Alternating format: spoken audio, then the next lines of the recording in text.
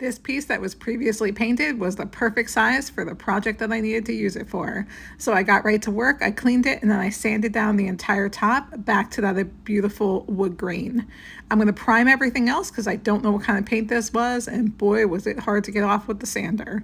So we're going to prime everything with 2 coats of Bonding Boss, and then we're done. We're going to go right onto the primer with some satin clear coat and a brand new decoupage paper from Dixie Belle.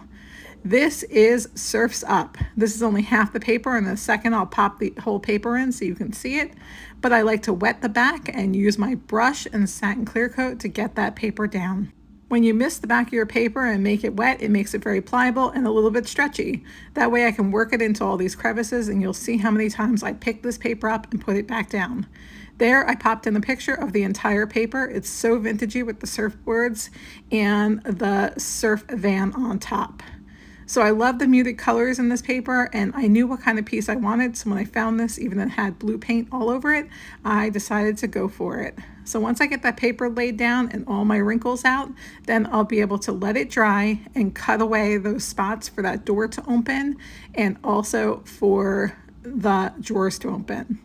After that, I'm going right into a color called Sea Glass in the chalk mineral paint line. Sea Glass is a nice, light, airy, beachy color, perfect to go with this paper, and it actually blends in with a little bit of this color that's in the actual paper.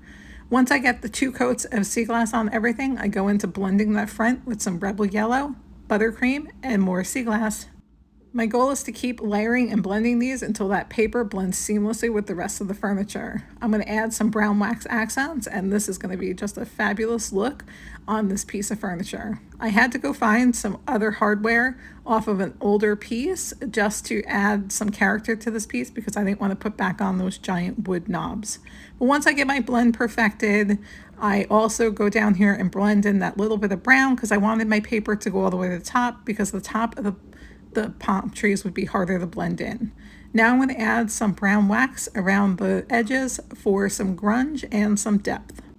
This gives me that mild antiquing look that I always strive for in my pieces. So I'm just going to go around all the edges and just make sure if I lay it on thick, I could take a cloth and wipe it back. Now remember, the top I had stripped down to the original wood, so I'm wetting that, and I'm taking my Rebel Yellow and we're thinly putting on a coat of Rebel Yellow and wiping it back, letting that yellow settle into the green as a yellow wash. This will complement the rest of the piece and still give us a little bit of that original finish of that nice oak green.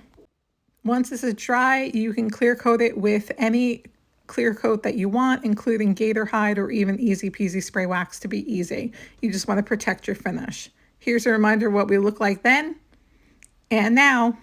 I think this paper is really fun, and this piece is just adorable.